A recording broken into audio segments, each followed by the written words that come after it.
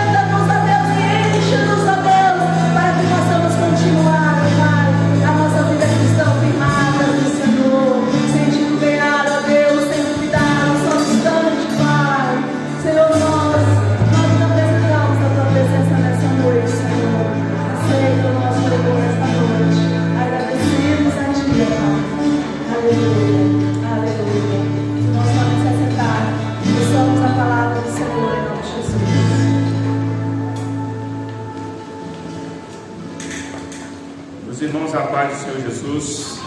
Amém. Graças a Deus por estarmos aqui na presença do Senhor, nosso Deus. Nesse instante nós queremos ler a palavra do Senhor no Evangelho de Mateus, no capítulo 13, a partir do versículo 18. Enquanto procuramos o texto, as crianças vão para as suas salinhas. Evangelho de Mateus, capítulo 13.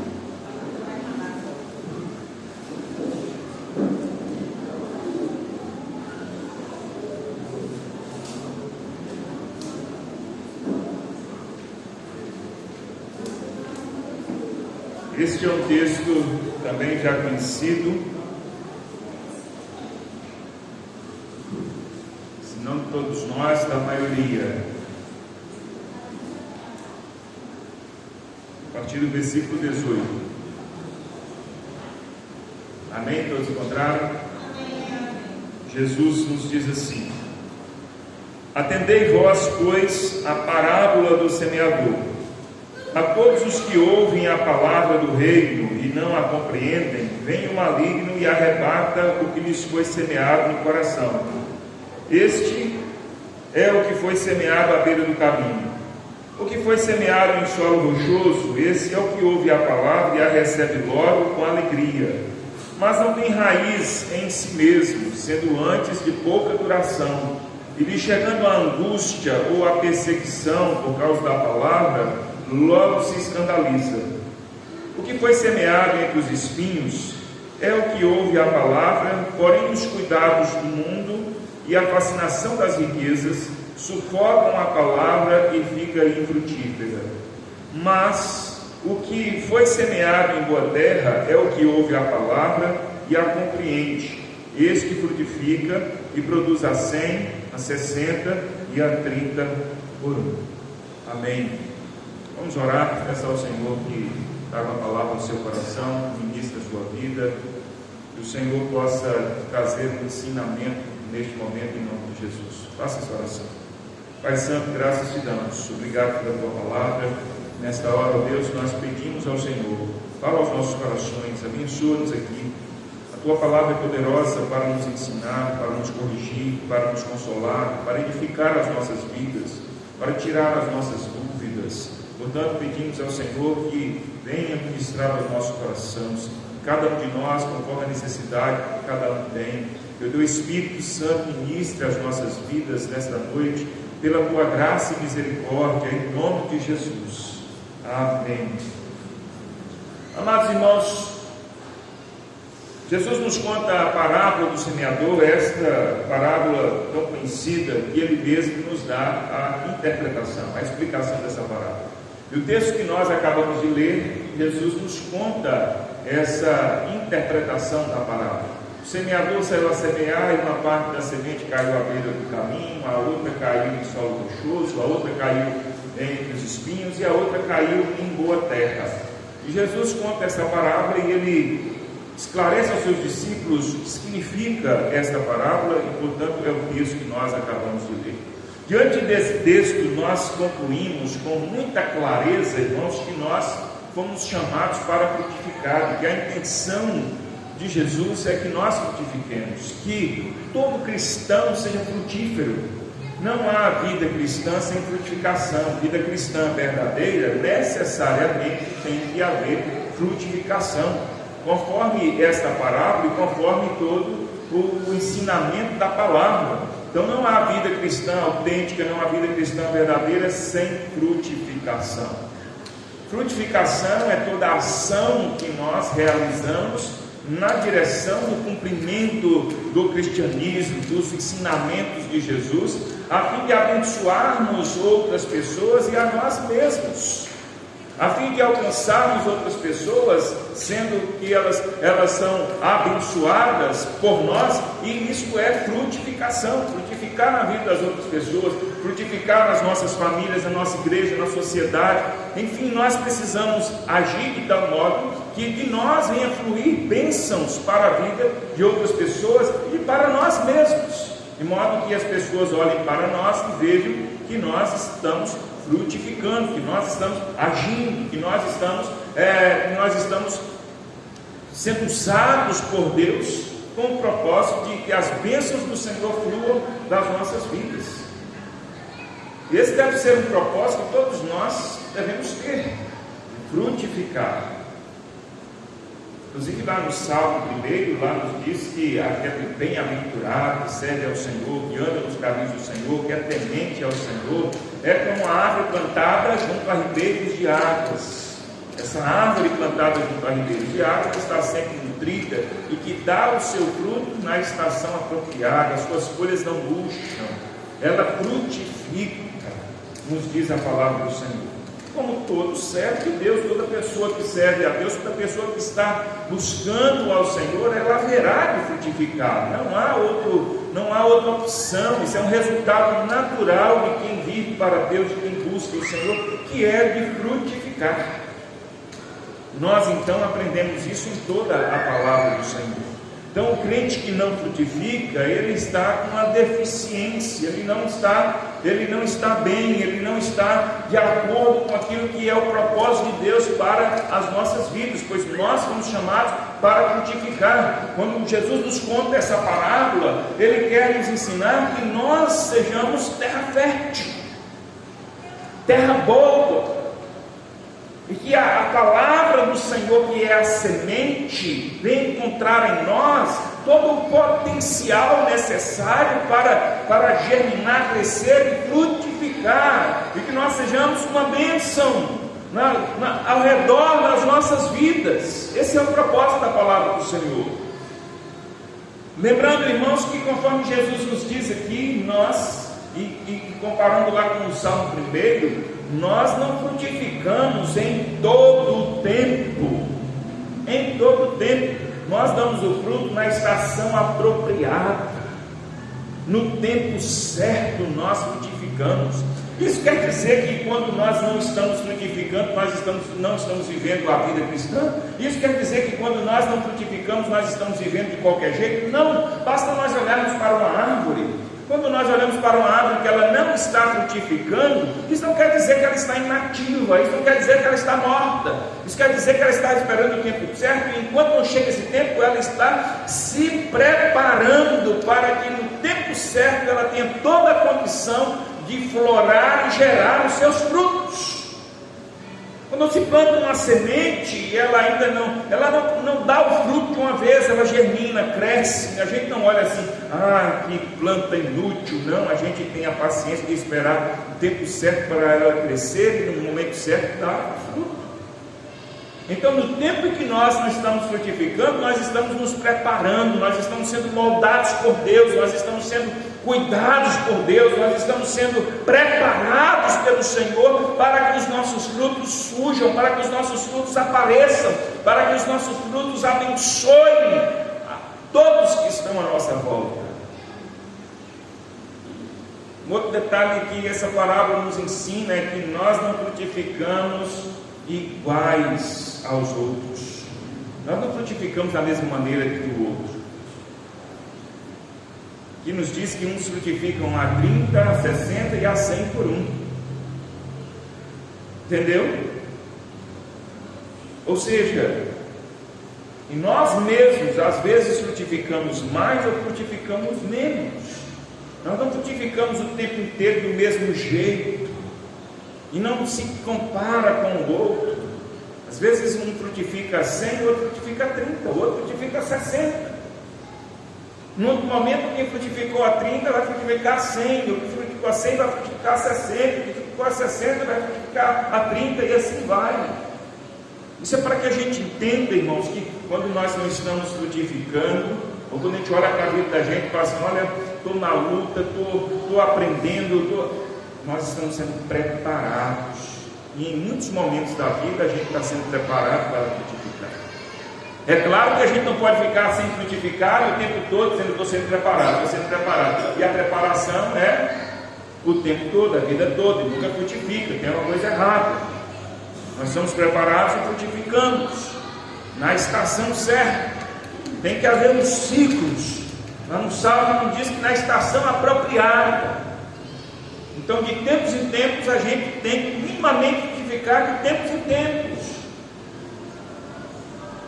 E para que a gente não fique frustrado, a vida da gente não é linear, nós não vivemos do mesmo jeito o tempo todo. Então pode haver tempo em que nós frutificamos mais, a 100 por 1, outro tempo frutificamos a 60 ou a 30 e voltamos a frutificar a 60, a 100 e por aí vai. E nós não podemos desanimar por causa disso. O fato é que todos nós precisamos frutificar, o fato é que todos nós precisamos servir.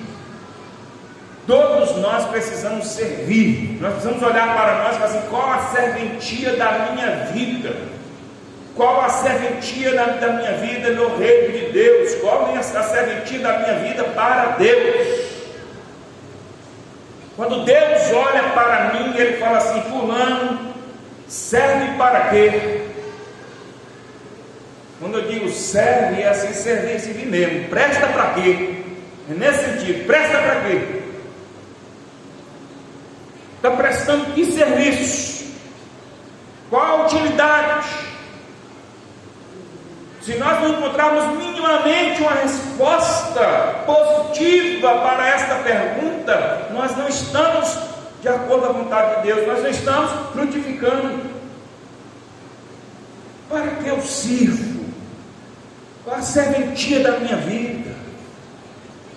E essa resposta precisa ser dada diante de Deus. Nós vamos ver aqui que não basta responder esta pergunta humanamente, socialmente falando, profissionalmente falando, ainda que tudo isso seja bom, tudo isso seja útil. É necessário que nós sejamos bons cidadãos, bons profissionais, é necessário que a gente tenha boa vida social. Mas em tudo isso a gente precisa ter a resposta que nós honramos, glorificamos e adoramos a Deus. Se tudo isso não estiver associado à vida com Deus, não tem valor.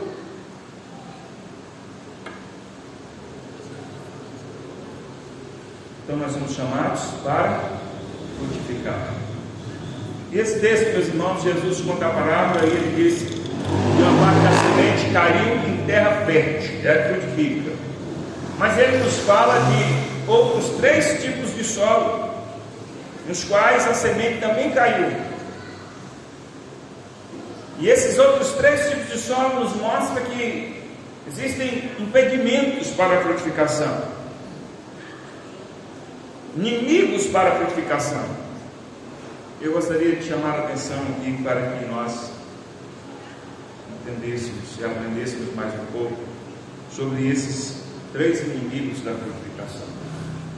É claro que o texto é bem mais rico do que aquilo que nós podemos falar, mas eu quero destacar aqui, de maneira objetiva, 3 pontos, dentro desses 3 tipos de solo, que são inimigos, 3 inimigos para a frutificação. Jesus disse que uma parte da semente caiu na beira do caminho, e o passarinho vem e come essa semente. Nos diz aqui a palavra, Jesus nos diz que isto significa que pessoas ouvem a palavra do reino e não a compreendem.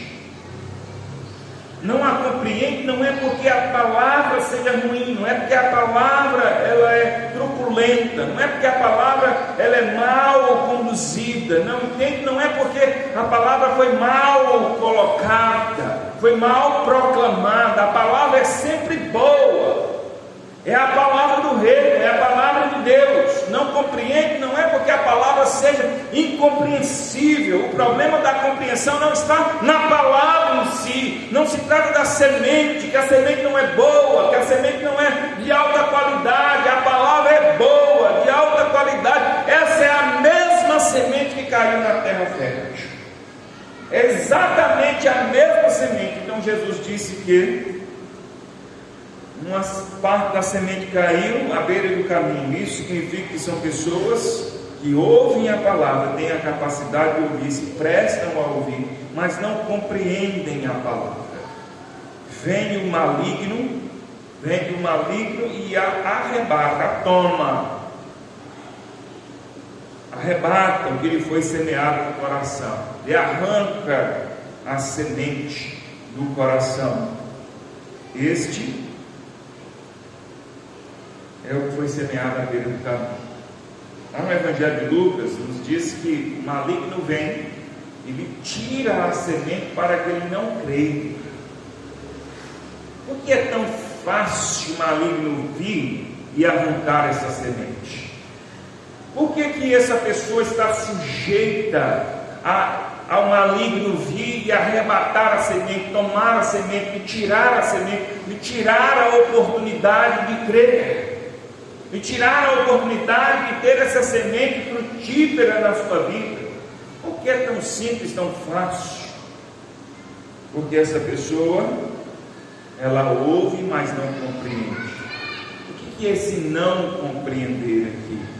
Como disse, não se trata da palavra em si, se trata da pessoa que se encontra na condição de ouvir, mas ela não compreende, ela não crê, como diz lá no Evangelho de Lucas, ela não crê nessa palavra.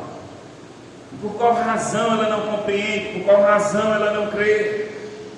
A palavra é boa, a palavra, a semente é a mesma que caiu na terra fértil, que frutificou a 30, a 60 e a 100 por um. Essa pessoa, ela ouve, ela não tem dificuldade de ouvir. Não se trata de pessoas com alguma disfunção, com algum problema para compreender, para assimilar a palavra. É o contrário, são pessoas, na maioria das vezes, com alta capacidade de entendimento. Na maioria das vezes são pessoas que têm uma grande capacidade de conhecimento, são pessoas que têm muito conhecimento, na verdade.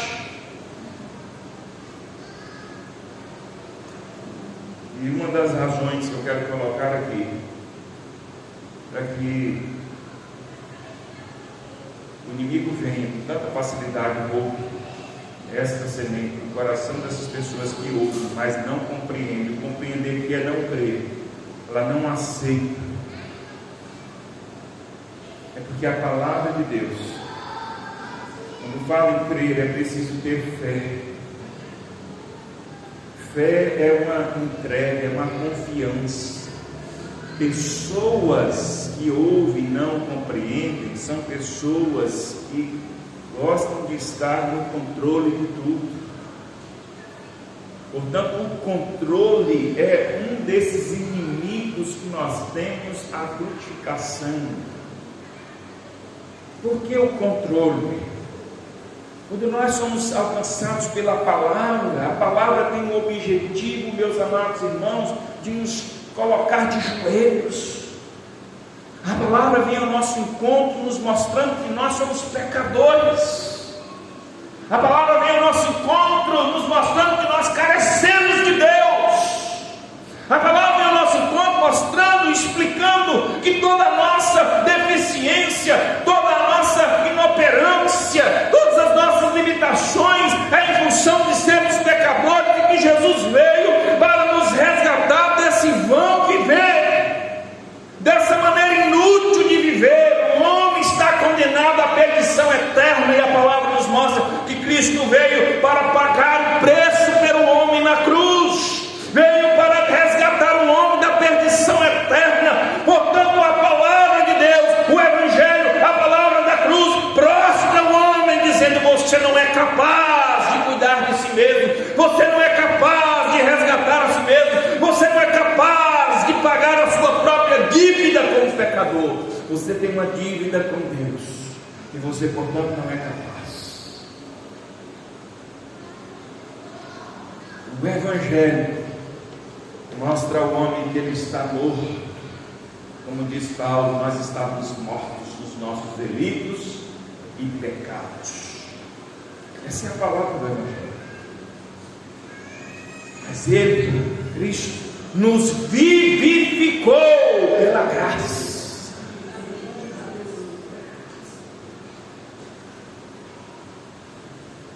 preciso ter humildade para aceitar essa palavra.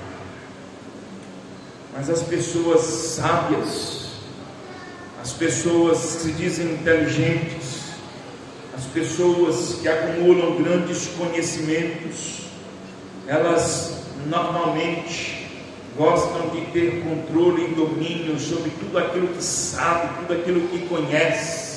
Mas quando elas deparam, quando elas ouvem o Evangelho, que é diferente da ciência, que é diferente de todo conhecimento, que é diferente da filosofia, que é diferente da medicina, que é diferente da matemática, da engenharia, que é diferente de qualquer ramo de conhecimento que se pode ter, diferente de qualquer área do conhecimento que nós lançamos mão dessas áreas e dominamos, controlamos, que nós controlamos o que nós queremos, o que nós não queremos, nos assenhoramos desses conhecimentos. Quando nós deparamos com o conhecimento do Evangelho, nós não nos assenhoramos desse conhecimento, mas essa verdade se assenhora de nós, nos coloca de joelhos prostrados, e por isso nós precisamos crer. Nós não estamos no controle da verdade, a verdade é muito maior do que nós, e ela nos liberta, nos diz a palavra. Nós não a dominamos, porque ela nos mostra que nós não temos poder, nós não temos controle sobre esse conhecimento, nós não temos controle sobre a verdade. Aliás, a verdade é que nos controla, a verdade nos mostra que nós somos escravos e que ela nos liberta. Pessoas que gostam de controle, pessoas que gostam de dominar, elas não abrem o coração para a palavra de Deus. Elas se sentem sábias, racionais, elas se sentem críticas e dizem: o que é isso? Quem é Deus? De onde ele veio? O que é a Bíblia? O que é a tal palavra de Deus? Papel aceita tudo. Por que chamam isso de verdade, do Evangelho, Jesus, a cruz? São pessoas que se julgam inteligentíssimas, críticas, racionais, e que querem julgar a verdade, querem julgar a palavra. Elas querem ter o controle do Evangelho. É como se elas dissessem assim: se o Evangelho fosse algo claro, algo simples, para que eu entendesse e eu controlasse, se o Evangelho fosse algo como uma matemática simples, em que eu faço um cálculo e chego a uma conclusão racional, aí sim eu entenderia, aí sim eu me renderia, aí sim eu abrigaria no meu coração, mas não é. Portanto, fica à margem do meu conhecimento, fica à beira do caminho. Por isso são pessoas que ouvem, mas elas não entendem porque não são capazes de se render, não entendem porque são pessoas que gostam de ter o controle do conhecimento da verdade, e o Evangelho não está à mercê do nosso controle, o Evangelho não está à mercê do nosso domínio. O Evangelho nos mostra que nós devemos nos render a Cristo. O Evangelho nos mostra que nós devemos nos render a Cristo. Apesar de o Evangelho ser algo para mim tão claro, tão simples, ele está muito além, mas muito além da minha competência de controlá-lo e de entendê-lo plenamente. E isto é por demais maravilhoso. Se o homem vai estudar matemática e ele não consegue chegar às conclusões definitivas da própria matemática, imagine se ele está diante do conhecimento de Deus, ele seria capaz de chegar às conclusões definitivas de Deus? Se isso fosse possível, Deus não seria Deus.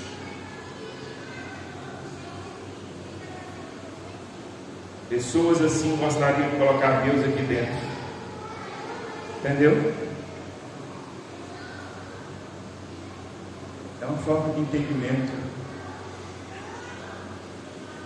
Se eu fosse capaz de colocar Deus aqui dentro da minha cabecinha, e eu posso dizer cabecinha mesmo, que eu estou fazendo um contraste com Deus. Se eu fosse capaz de colocar Deus aqui dentro da minha cabecinha, eu seria no mínimo igual a Deus.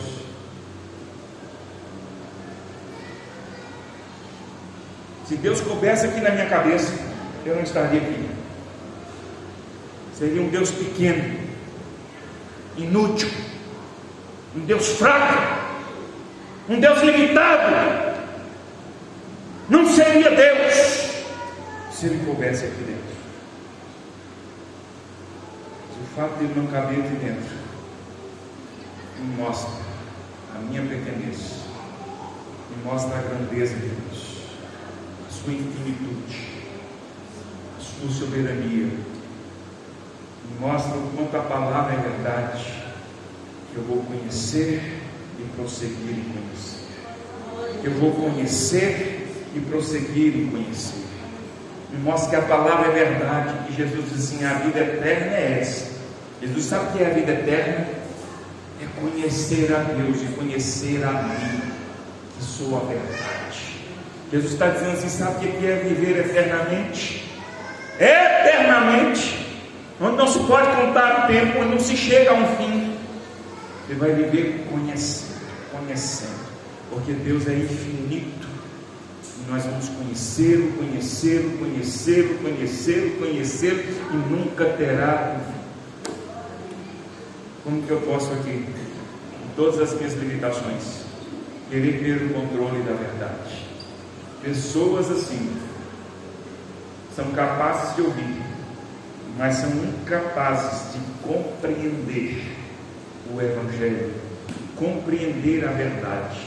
Pessoas que são incapazes de crer. E por isso, esta condição se torna um inimigo da frutificação, se torna uma realidade favorável ao maligno vir e arrancar a boa semente do coração do indivíduo que quer controlar a verdade, o Evangelho, que acha que pode conhecer plenamente as coisas de Deus. Que o Senhor nos livre dessa condição, que o Senhor não nos deixe nos encontrar nessa condição, que o Senhor nos dê a graça para sermos humildes, para sermos servos, para nos sujeitarmos a Ele. E com isso não quero dizer que a fé é cega, com isso não quero dizer que nós vamos nos sujeitar cegamente, sem entendimento. Graças a Deus, a palavra dele nos mostra tudo que precisamos saber, com compreensão, com clareza. Deus é Deus. O segundo dos três inimigos da frutificação, eu quero colocar aqui nesse texto, em que Jesus nos diz aqui, se referindo ao segundo tipo de solo, aqui nos versículos 20 e 21, diz que uma parte da semente caiu em solo rochoso e que não pôde enraizar, porque cai em solo que tem muita rocha e ele não consegue enraizar, portanto não consegue frutificar. Jesus disse que esse que foi semeado em solo rochoso é essa pessoa que ouve a palavra e a recebe logo, recebe sem muita dificuldade, recebe logo, ou seja, é uma pessoa que ela não precisa pensar muito para receber a palavra, ela não questiona muito, ela recebe logo e com alegria recebe a palavra.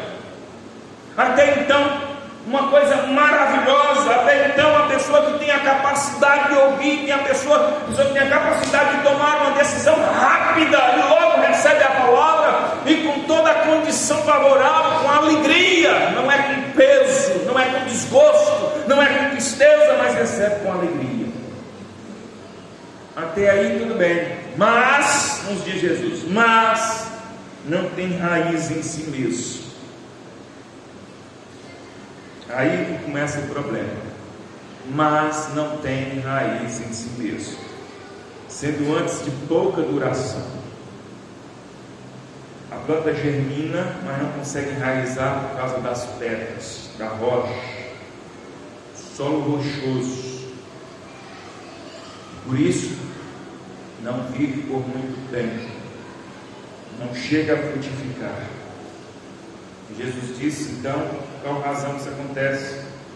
Porque essa pessoa que ouve a palavra e recebe logo com alegria, ela não frutifica, porque ela não tem raiz, dura muito pouco. Jesus explica: e me chegando a angústia ou a perseguição por causa da palavra, logo se escandaliza. Entenderam? Essa pessoa recebe a palavra, mas quando chega a angústia ou a perseguição por causa da palavra, essa pessoa se escandaliza. Jesus nos mostra aqui claramente, em outros textos, que viver o Evangelho tem algumas implicações. Viver o Evangelho frente ao mundo, que tantas vezes vive na contramão, nos atacando sempre, ou em todo o tempo vive na contramão do Evangelho, da verdade, isso naturalmente nos causa angústias, naturalmente nos gera perseguições. Não dá para receber o Evangelho e viver em comunhão com o mundo, e viver em acordo com o mundo, e fazer as mesmas coisas do mundo. Quem recebe o Evangelho, quem recebe a palavra, vai haver de ter conflitos com o mundo, vai ter perseguições. Isso é natural, porque se não estamos de acordo com o pecado, aqueles que estão vão se colocar em oposição a nós, vão fazer sempre comparações, às vezes até ter perseguições, porque nós não estamos vivendo do mesmo jeito, nos mesmos moldes, porque não temos as mesmas práticas, porque não fazemos as mesmas coisas, na família, no trabalho, na escola. Imagine só um jovem, um adolescente sendo chamado de tantos nomes porque não pratica e não faz as mesmas coisas que os outros jovens e adolescentes fazem.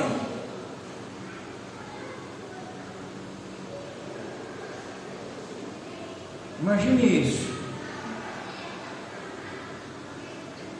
Uma terra fértil para o bullying nas escolas. Eu nem vou citar aqui os nomes. Entenderam? Nem vou citar aqui os exemplos.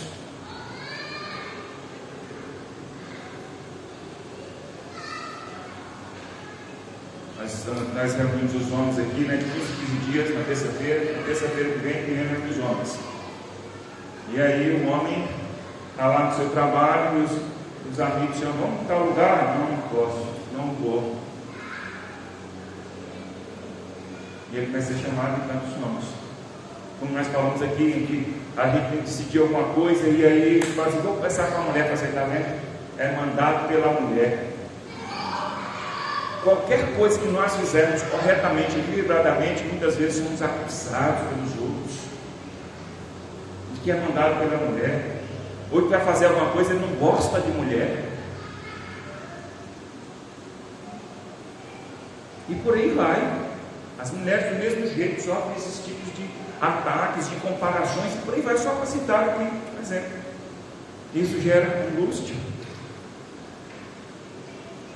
por causa da palavra, e a transformação que a palavra nos faz. A palavra nos ensina a valorizar coisas que nós antes não valorizávamos, e nos mostra que algumas coisas que nós dávamos muito valor não tem valor algum. Se éramos materialistas, vamos deixando de ser materialistas. Não quer dizer que a gente não tem coisas materiais, mas quer dizer que a gente não ama mais as coisas materiais e não coloca nas coisas materiais a razão da nossa vida. A nossa felicidade não está nas coisas materiais. Nós as temos, nós as usamos, mas nós não temos mais o coração nas coisas materiais. E a palavra vai nos moldando nessa direção. E muitas vezes isso nos gera angústia. A palavra do Senhor nos ensina que Deus nos ama, Ele é o nosso Pai, Ele nos disciplina quando nós erramos, como qualquer pai, qualquer mãe que ama os seus filhos, cuida e disciplina, para que eles tenham equilíbrio, para que eles tenham bom êxito na vida, e o Senhor faz isso conosco. E a palavra de Deus nos diz que quando o Senhor nos disciplina, isso não é agradável, mas depois que a gente passa pela disciplina, que a gente vê o resultado, a gente dá a devida importância à disciplina do Senhor. E a gente passa por isso como? Sorrindo? Não! Angustiado tantas vezes, sofrendo. Mas quando nós de fato temos entendimento, a gente consegue passar por isso. Mas Jesus disse que essa pessoa aqui, esse tipo de pessoa, tem um inimigo, que é quando chega a angústia ou as perseguições por causa da palavra. E eu nem vou entrar aqui no detalhe que é por causa da palavra, não é toda angústia e toda perseguição, é por causa da palavra. Logo se escandaliza. Algumas pessoas já me falaram assim: depois que eu vim para a igreja, depois que eu virei crente, comecei a ter umas lutas, umas perseguição, comecei a ter uns problemas. E eu falo: me fala aí, como é que é mesmo? Me conta aí um pouco das suas angústias e dos seus problemas. Ah, é por causa disso e aquilo outro. E começa a falar algumas coisas. E na maioria das vezes, a conclusão é simples. Olha, não foi porque você veio para a igreja, não foi porque você se tornou crente que você passou a ter essas lutas, esses problemas. A verdade é que você passou a enxergar os seus problemas. Eu costumo exemplificar dizendo aquela pessoa que vai ao médico, e o médico faz uns exames lá e descobre que a pessoa está com a doença. Aí a pessoa fala assim: não pode ir para o médico, a gente volta com doença. Eu não vou mais no médico não, como se fosse o médico que tivesse colocado a doença nela. O médico só diagnosticou, só descobriu a doença. E ela já tinha, mas não sabia. E ela achava que era feliz tendo a doença na ignorância, sem conhecer, sem saber, sem ter a oportunidade de cuidar, sem ter a oportunidade de tratar.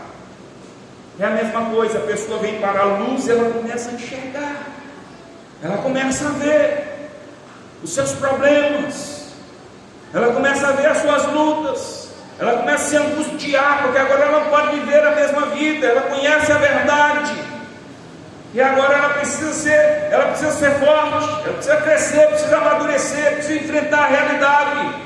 Não pode viver infantilmente, na ignorância, preferindo estar doente, preferindo estar problemática, sem conhecer, sem saber. E aí Jesus diz que as pessoas que não estão dispostas a enfrentar isso, porque pessoas que frutificam são pessoas que enfrentam essa realidade. Quando a gente lê esse texto, a gente pensa que a pessoa que frutifica é uma pessoa boazinha, né? Terra fértil. A semente vem e ela naturalmente frutifica. Não, naturalmente ela se rende. Ela não é a beira do caminho, ela se rende. Ela não domina a verdade, ela se rende à verdade. Naturalmente ela enfrenta a angústia e as perseguições para que ela seja frutífera. E qual é o inimigo aqui, irmãos? O simplismo. Eu quero colocar nesse termo. O que eu chamo de simplismo aqui? Olha só essa pessoa. Essa pessoa, ela ouve a palavra, a recebe logo e com alegria. O que há de errado aqui? Aparentemente nada de errado. A pessoa ouve, recebe logo e com alegria. Fala: poxa, que coisa boa. A pessoa ouviu, decidiu logo e com alegria. Poderia querer uma coisa melhor que isso?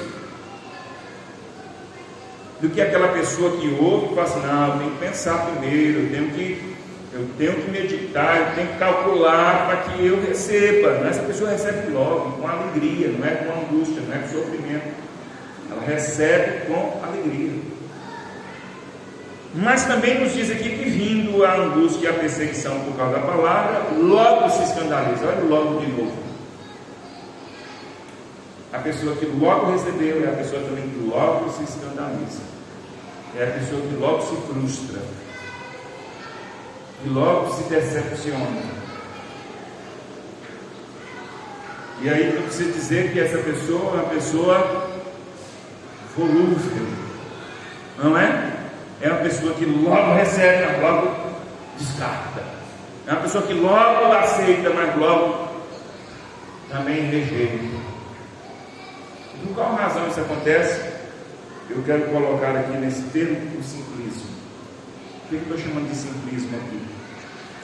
São pessoas que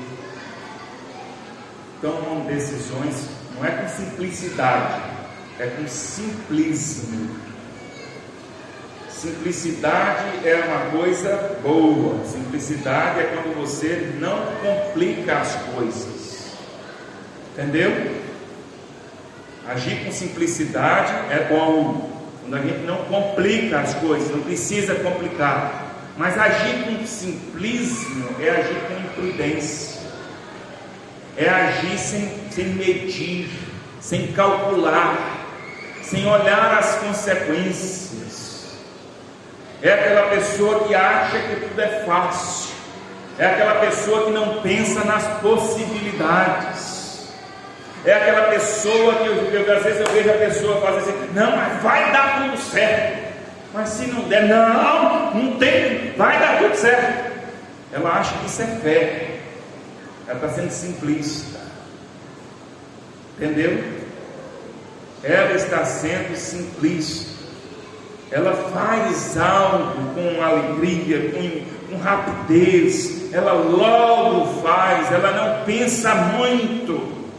Ela não calcula muito. Então ela entende que é uma coisa boa. Ela logo vê que é coisa boa, aceita e faz, e abraça com alegria, com rapidez.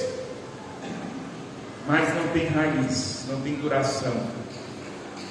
E aí, como ela agiu com simplismo, ela não pensou nas adversidades, ela não pensou nos problemas, ela não pensou que poderia ter alguma coisa diferente.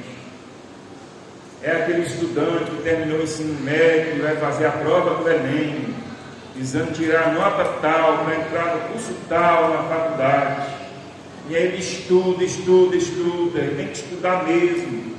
Estuda, se prepara, e deseja, e tem que desejar, ele tem que acreditar que vai tirar uma nota boa, que vai alcançar o seu objetivo. Mas é possível não alcançar. E aí? E aí o resultado não esperado torna-se algo catastrófico na vida da pessoa.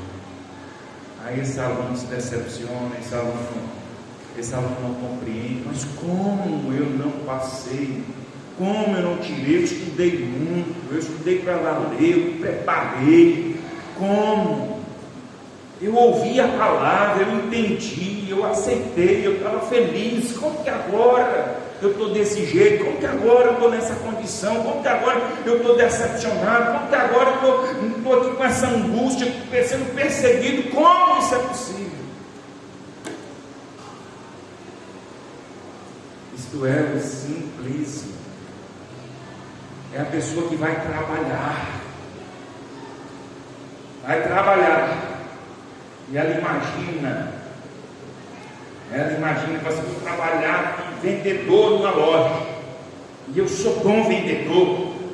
Eu sei vender, eu sei conversar com as pessoas. Eu sou simpático com as pessoas, eu sou carismático. Eu sei que eu vou me dar bem. E é tudo verdade mesmo. A pessoa tem essas qualidades, já tem esse perfil. E ela começa a vender. Aí chega lá, aí o dono da loja fala assim: ó, hoje tem que, depois do expediente, arrumar o estoque. Aí onde entra o meu carisma? Onde entra a minha simpatia em arrumar o estoque?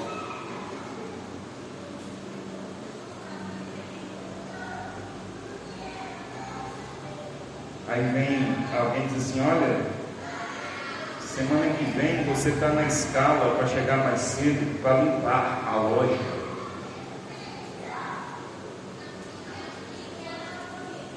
Mas eu, tão carismático, tão simpático, tão bom vendedor, tenho que vir limpar a loja. Aí eu falo assim, não, isso aqui não é para mim não.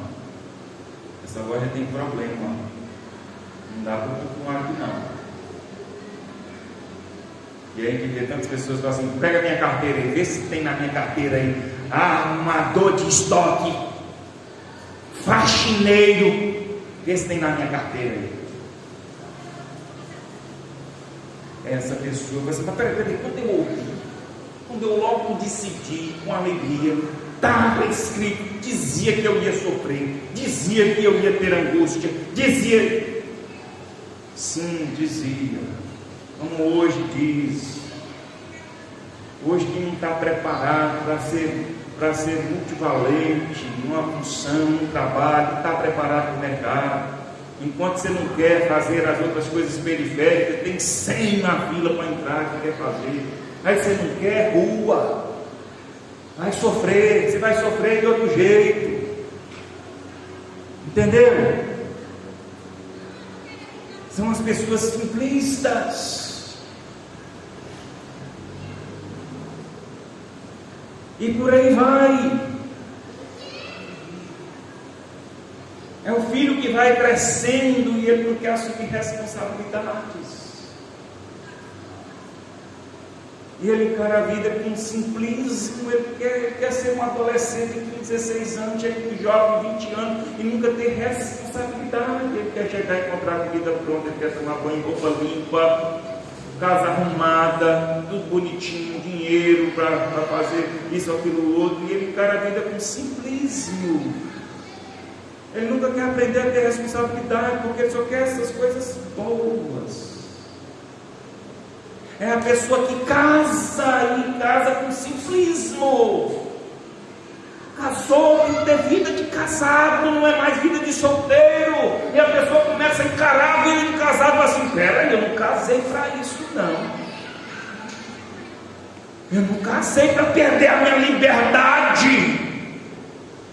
Eu não casei para levar essa vida não. É a pessoa simplista. Casa, prepara tudo, faz uma grande festa, uma grande cerimônia. É a pessoa da sua vida, é a paixão da sua vida. Não é? Não quer ter as responsabilidades do casamento. Aí é o cara que quer jogar a bola a semana inteira, que ele trabalha porque é obrigado a trabalhar. E depois chega de noite, só vai jogar videogame. E por aí quer levar a vida de menino, vida de solteiro. Simplista. Aí tem os filhos, não quer ter responsabilidade dos filhos. Reclama da bagunça dos filhos. É a mulher que reclama da bagunça dos filhos. Mas filho faz bagunça mesmo. Filho faz bagunça. Eu já vi tanta gente assim, eu vou educar meus filhos para que seja assim, assim, assim. Eu preciso, você não vai ter um filho, vai ter um robozinho. Você não vai ter um filho, você vai ter um robôzinho que você programa ele e ele vai fazer isso assim, ele vai dormir naquela hora, acordar naquela hora, comer naquela hora, ele vai brincar naquela hora e organizadamente. Isso não existe.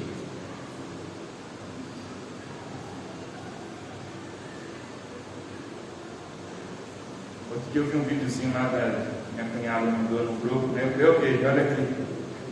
Olha o quarto como é que está, o quarto natural de menino, brinquedo para tudo quanto é lado e tal. Olha para você ver, mas a gente tem que ensinar a arrumar. Mas não dá para reclamar. Você casou, tem filho, é menino, vai brincar, vai bagunçar, vai aprender, vai ter que ser ensinado a ter responsabilidade, vai ter que ser ensinado a crescer, vai ter que ser ensinado a passar pelas lutas, pelas angústias, pelo sofrimento. Então às vezes a pessoa casa e fica vendo, acho que simplismo. Não imaginei que casar fosse assim. Casou achando que eu ia viver na lua de mel a vida toda. Era só love para lá, love para cá. Entendeu? É love de dia e de noite. E aí vai vendo que não é só love. Vai vendo que tem responsabilidade, vai vendo que tem cobrança, vai vendo que tem que ter mudança, adequação, e aí vai. Não quer ter vida de casado, não casa, fica solteiro. Mas se tiver, não vai casar com simplismo, não vai trabalhar com simplismo, não vai estudar com simplismo, não vai viver a vida assim. Assim é o Evangelho.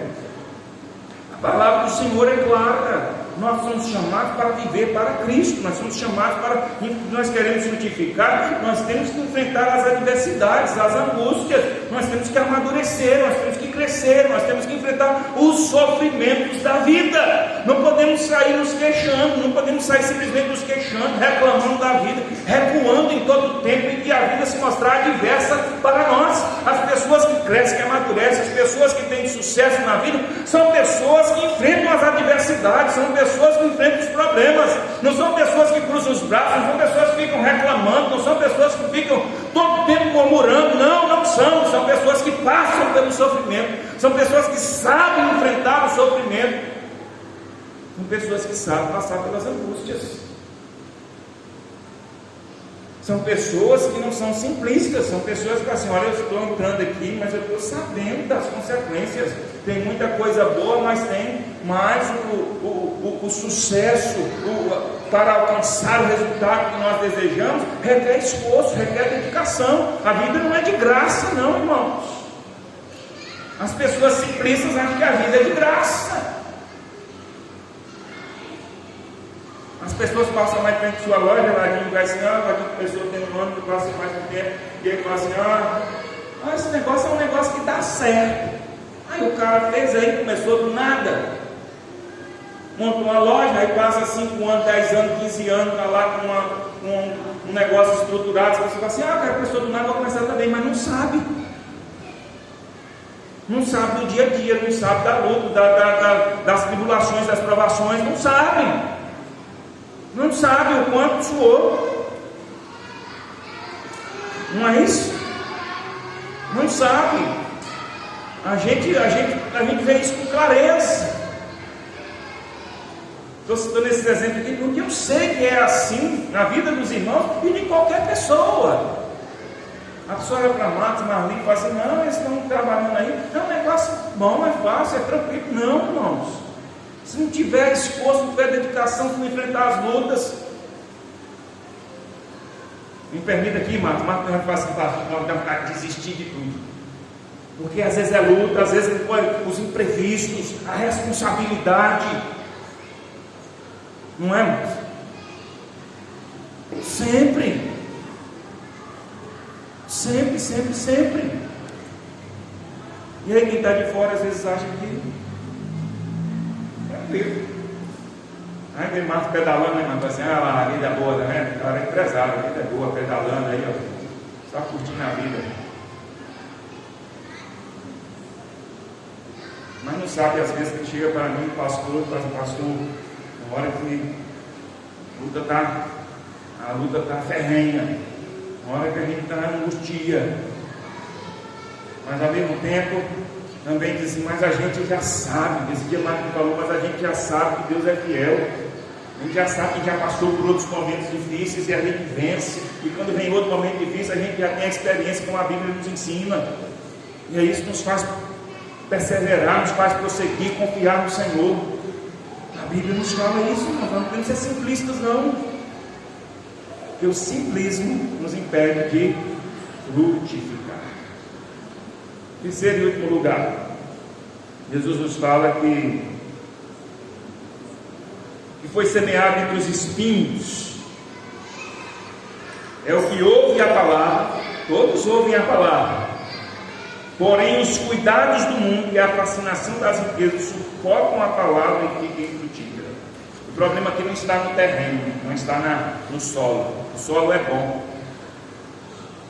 O problema aqui não está na raiz, que não tem profundidade. A raiz tem profundidade. O solo é bom, tem profundidade, mas são as coisas externas, entre os espinhos. Lá no Evangelho de Lucas diz que o fruto nasce, mas não amadurece. Chega a nascer o fruto, mas não amadurece. Um fruto que não amadurece, e pelo menos no meu conhecimento a gente chama de pecou, né? Eu acho bem adequado falar que o fruto pecou. Eu não sei se alguém conhece outro termo. Esse eu sei que alguns conhecem. Ela pecou tudo, tá vendo? Quando o fruto fica mirrado e não amadurece, ela pecou. Não vingou. Não vingou. Mas o pecou cai bem aqui, né? Porque de fato é uma situação em que leva a gente a não frutificar. O que Jesus está dizendo aqui? Está dizendo que a gente recebe a palavra, ouve, mas os cuidados da vida, os cuidados do mundo, a fascinação da riqueza, nos leva a uma vida infrutífera. E o que é isso aqui? O que é isso, meus irmãos? É muito simples. Jesus está falando aqui das coisas do dia a dia. Jesus está falando aqui, não está falando necessariamente de pecado. Está falando aqui da realidade natural da vida. A gente cuida da vida, a gente trabalha, a gente constrói, a gente busca o nosso bem-estar. A gente cuida da casa, cuida da família, cuida do casamento, cuida dos filhos. A gente cuida, a gente estuda. A gente faz muitas coisas, a gente tem lazer, entretenimento, hobbies. A gente tem muita coisa envolvendo as nossas vidas. Aí tem as redes sociais, que é uma coisa que a gente tem que... Parece um ser vivo que a gente tem que estar alimentando, cuidando. É uma responsabilidade que muita gente tem. As redes sociais parece que é uma responsabilidade que as pessoas têm. Se eu não entrar, se eu não dar ok, é uma palavra que nem cabe, né? Se eu não corresponder ali com as redes sociais, para muita gente uma boa ferramenta de trabalho, uma boa ferramenta de comunicação, às vezes até de entretenimento na dose certa, no tempo certo, mas para muita gente uma sobrecarga. Eu estava outro dia observando, fazendo uma atividade física na academia e vendo quanta gente não desgruda do celular. Está ali fazendo atividade física, mas está com o celular na mão. É incrível. O celular está aqui do lado, faz um exercíciozinho e vai no celular e tal, e vai. Cada paradinha está no celular. Parece que tem que fazer atividade física e a atividade mental. Uma boa e a outra ruim. Isso para não falar das fotos, né? Faz a atividade física, vai lá, tira uma foto, vai lá, tira outra foto, para alimentar as redes sociais. Aí eu falo, meu Deus, a cabeça está onde?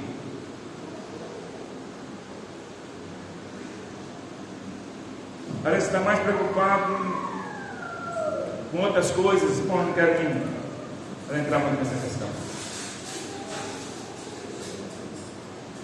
E aí a palavra de Deus está dizendo, meus irmãos, que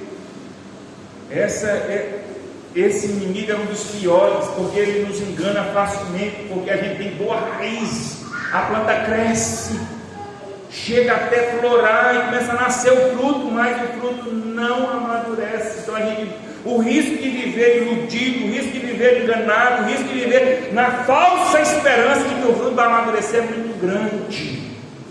E por que não amadurece? Por causa dos envolvimentos com tantas coisas. É a pessoa que trabalha em excesso, é a pessoa que toma o seu tempo em excesso com outras coisas, é a pessoa que tem um hobby, um lazer em excesso, e que toda a sua vida vai lhe roubando de Deus, vai lhe roubando da vida com Deus, e ele se torna infrutífero. E a pessoa olha à sua volta e fala assim, mas eu não estou errando, eu não estou pecando. Eu não estou errando, eu não estou pecando. Não, você não está errando numa coisa em si, você não está errando porque está trabalhando, não está errando porque está tendo lazer, não está errando porque está cuidando disso, não está errando porque está nas redes sociais, você está errando porque você está em excesso, porque você está tomando tempo demais, porque a sua vida está toda preenchida por essas coisas e você não tem tempo para Deus. E aí não frutifica. O inimigo da frutificação é quando as nossas vidas estão cheias de coisas a serem feitas e nós não temos tempo para Deus. Como nós lemos aqui no início do culto: buscar em primeiro lugar o reino de Deus e a sua justiça, e as demais coisas serão acrescentadas. É uma questão de tempo, de prioridade. Buscar em primeiro lugar o reino de Deus e a sua justiça, e as demais coisas serão acrescentadas. Aqui acontece o contrário. Jesus está falando de pessoas que cuidam da vida, dos cuidados do mundo, a fascinação das riquezas, o querer ter as coisas, o querer ter as coisas materiais e cuidar. Ter riqueza é pecado? Não. Mas quando isso se torna um fascínio, isso nos rouba todo o tempo, toda a energia, todo o propósito, todo o objetivo de vida. E aí, meus irmãos, qual é o nome que eu quero dar aqui a esse inimigo? Medo. Por que nós nos envolvemos tanto com essas coisas? Com os cuidados do mundo e com a fascinação da riqueza, com as coisas da vida. Por que nós nos envolvemos tanto ao ponto de nos esquecermos das coisas de Deus, ao ponto de não darmos o tempo suficiente ou a dedicação necessária para a vida com Deus? Por quê? Porque temos medo. Somos movidos pelo medo quando fazemos assim. O indivíduo que é movido pelo medo, ele não tem a coragem de fazer o que nós vemos aqui no início do culto. Não é, Valdemir? Cadê Valdemir? Buscar em primeiro lugar o reino de Deus e a sua justiça, crendo, sabendo que as demais coisas serão acrescentadas. É preciso ter fé e coragem para viver essa vida. Mas quem tem medo não vive. Quem tem medo quer se resguardar. Quem tem medo quer cuidar da sua vida. Tem medo de sofrer, medo de ficar sem dinheiro, medo de não ter o conforto da vida, medo de não cuidar da sua vida. Tem medo. Medo de chegar na velhice e estar desguarnecido, desamparado. Mas quem não tem medo disso, pastor? Não. Ter medo disso é uma coisa, e cuidar disso é outra coisa. A gente pode trabalhar, ganhar dinheiro, a gente pode cuidar da vida, cuidar do nosso bem-estar, do nosso conforto, a gente pode se divertir, ter lazer, a gente pode fazer tudo isso, sem colocar isso em primeiro lugar, sem fazer com que tudo isso ocupe todo o nosso tempo. E digo mais: nós usamos mais tempo do que o necessário ou permitido para as nossas vidas. Por que tem tanta gente estressada? Por que tem tanta gente aí adoecida? Porque nós temos tanta coisa para fazer, tanta coisa para fazer. Eu não sou ligado às redes sociais, acho que todo mundo sabe disso. Eu mal mexo com o WhatsApp. Eu vim olhar esse negócio do status agora que o WhatsApp colocou um círculozinho verde lá na foto da pessoa. E ele diz assim: quando você clica aqui aparecem as postagens das pessoas, mas antes eu nem sabia direito o que era esse negócio do status. E até hoje não sei, só você olhar lá o que as pessoas colocam. Às vezes tem alguma coisa lá interessante, mas nem sei como que faz para colocar aquilo ali. Não sei, sinceramente não sei. E alguém fala assim: mas é o que é? Você não sabe por quê? É porque eu sou ignorante? É porque eu não tenho capacidade? Não, não é porque eu não tenho capacidade. Eu não mexo lá no Facebook, no Instagram, e tem outras coisas mais. Não mexo por quê? Porque eu acho que é pecado? Não, não é porque eu acho que é pecado. É porque eu não acho interessante? Não, deve ter muita coisa interessante. É porque eu resolvi que uma das coisas com que eu não quero gastar meu tempo é aí, pelo menos por enquanto. Talvez um dia eu veja uma necessidade, mas hoje eu não vejo uma necessidade, eu não tenho disposição para gastar meu tempo aí. Já tem outras coisas em que eu gasto meu tempo. Isso quer dizer que eu tenho uma vida perfeita, controlada meu tempo? Não. Mas tudo aquilo que eu entendo que eu posso deixar, eu não vou gastar o meu tempo aqui. Se eu posso optar, eu vou fazer. Não dá para eu querer tudo. Não dá para fazer tudo. Não dá para eu abraçar o mundo. Às vezes eu paro e penso o quanto nós vamos deixando pessoas para trás. Deixa eu colocar aqui uma coisa pessoal, e você talvez entenda isso. Eu fico pensando quantos amigos a gente vai deixando para trás, às vezes quantos parentes a gente vai deixando para trás. Amigos que a gente tinha antes, tinha um contato, tinha uma boa proximidade, que a vida foi rompendo e a gente foi deixando essas amizades, foi nos distanciando. Não é que a gente se tornou inimigo, mas não tem o mesmo contato. Às vezes parentes, primos, tios. A gente era menino, ia para casa do tio, da tia, ia brincar com os primos, aí a gente cresce, casa, tem os filhos, e agora você vai distanciando, eles também tomam outros rumos, vão vivendo a vida deles, e aí acontece um distanciamento. E às vezes eu ouço pessoas dizer, mas como nós estamos distantes, tantos amigos e parentes. E houve um tempo que eu parei para pensar nisso e comecei a ficar um pouco angustiado. Mas logo cheguei à conclusão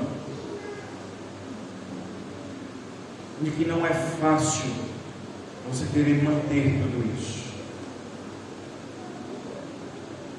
Mas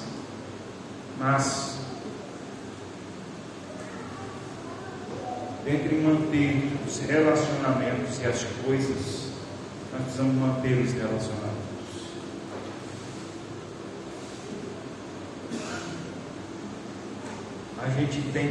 A gente usa o tempo da gente naquilo que a gente acha importante.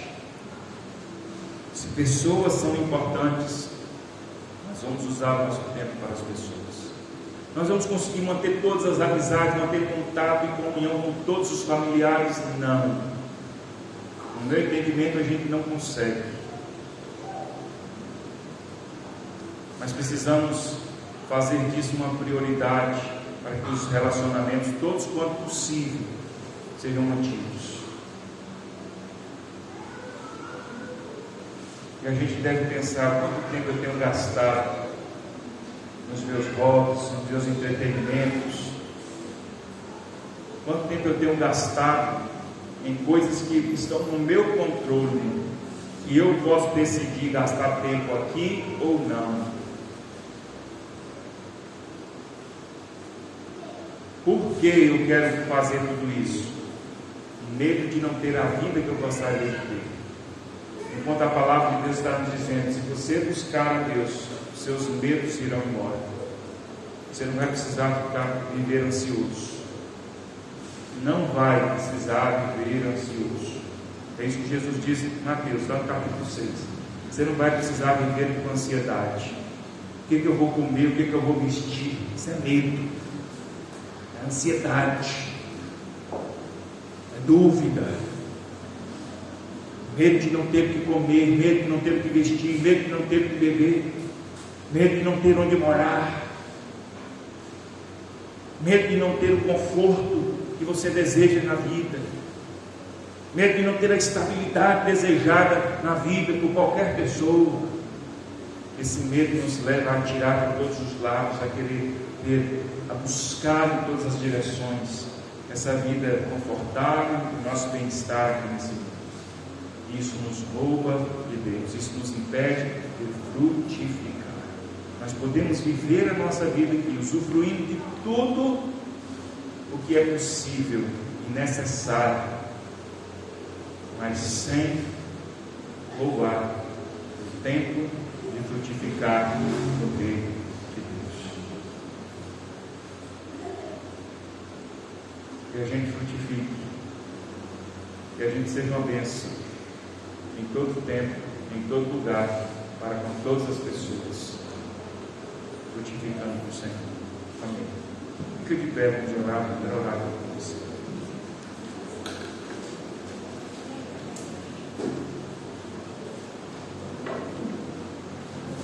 Eu quero pedir ao Senhor para mim que Ele me dê discernimento, entendimento, para que eu aprenda a olhar a vida como um olhar frutífero, que eu tenha a coragem de tomar todas as decisões necessárias em todo o tempo para viver uma vida frutífera. Em em nome de Jesus. Vamos orar. Pai Santo, graças te damos pela tua palavra. Nesta hora, Senhor, nós bendizemos e pedimos ao Senhor, ajuda-nos a frutificar. Eu sei que os teus ensinamentos e o teu Espírito agem em nós para frutificarmos. Nós queremos ter uma vida frutífera no Espírito Santo. Meu Deus, ajuda-nos a entender, a enxergar, a discernir a vida de tal modo que a gente venha ter coragem para tomar as decisões necessárias, adequadas para vivermos uma vida frutífera. Abre os nossos olhos, dá-nos entendimento, Senhor. Olha para cada um de nós aqui nesta noite. Se alguém aqui, Senhor, tem vivido em algum desses impedimentos para a frutificação, se algum de nós tem deparado com alguma dessas dificuldades, com algum desses inimigos, Senhor, da frutificação, alerta-nos, abre os nossos olhos, faz-nos ver, dá-nos entendimento, Senhor, e ajuda-nos a lutar contra esses inimigos, ó Deus, e que nós venhamos desfrutar da vitória contra esses inimigos da frutificação, que o nosso fruto, ó Deus, permaneça, como nos diz a tua palavra, e que nós sejamos uma bênção nas tuas mãos, sendo usados pelo Senhor para a tua glória. Eis-nos aqui, Senhor, leva-nos à frutificação, e sabemos que o Senhor assim faz. Nós queremos, no que depende de nós, trabalharmos, dedicarmos, renunciarmos tudo o que for preciso para vivermos uma vida frutífera. Que a tua bênção esteja sobre cada um aqui, sobre cada lar, sobre cada família, sobre cada pessoa, em nome de Jesus. Em nome de Jesus. Amém. Vamos cantar louvor enquanto os irmãos do louvor cantam. Você que trouxe sua contribuição, entregue com gratidão, alegria e honra ao Senhor nosso Deus, que é aquele que tem nos dado o pão de cada dia, que tem nos dado a provisão, tudo que nós necessitamos. A Ele a honra, a glória e a adoração.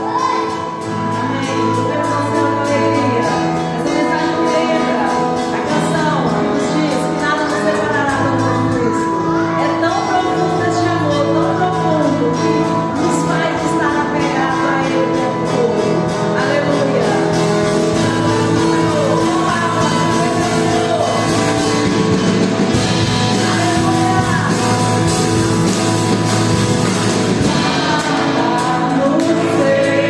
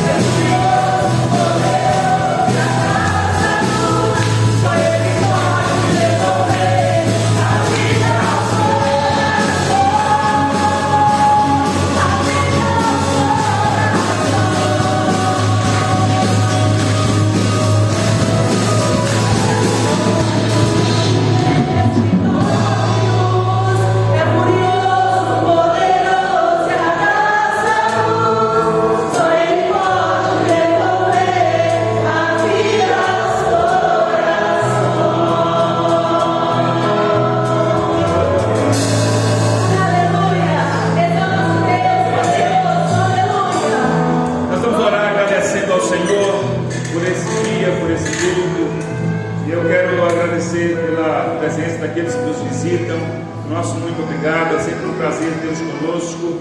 Um dos nossos propósitos é receber pessoas que ainda não tiveram a oportunidade de compartilhar do Evangelho, de conhecer o Evangelho. Uma das missões da igreja é compartilhar o Evangelho com aqueles que ainda não tiveram a oportunidade de conhecer. Portanto, você que nos visita, é um prazer ter conosco. As portas estão abertas, nós estamos à sua disposição para esclarecermos qualquer coisa, para tirarmos qualquer dúvida a respeito da igreja ou do Evangelho. Que você se sinta abençoado no nosso meio, que sinta vontade para estar conosco tantas vezes quanto desejar. Nosso muito obrigado. Vamos orar nesse instante e logo após a oração, os irmãos vão se assentar e fazer uma oração pessoal de gratidão enquanto me dirijo à porta para me despedir de cada um dos irmãos. Oremos. Pai Santo, muito obrigado. Graças te damos por esse dia, por essa oportunidade de estarmos juntos, cultuando ao Senhor. Nosso culto é para ti, é em adoração e louvor somente ao Senhor. Só o Senhor é digno de honra, de glória, de toda adoração. Recebe o nosso culto, Senhor. Obrigado pela comunhão, por cada um que está aqui, por cada um que tem perseverado, que tem buscado o Senhor, por cada um, ó Deus, que tem, ó Deus, se colocado na tua presença para receber o Evangelho, para aprender, Senhor. O Senhor não se nega a nos abençoar, a nos ensinar, e nós temos recebido do Senhor as tuas bênçãos. Continua nos abençoando, ó Deus, nos guardando, nos livrando do mal. Dá-nos uma semana, Senhor, na tua presença. Dirige os nossos passos, guarda-nos. Ó Deus, abençoa cada um em casa, na família, no trabalho, na escola, nos seus afazeres. Que a tua bênção esteja sobre cada um e que todo tempo o Senhor seja honrado, glorificado nas nossas vidas. Que a tua bênção seja sobre todos que aqui estão, sobre as nossas famílias, para a glória do teu nome. E é no nome santo de Jesus que oramos. Amém, Senhor.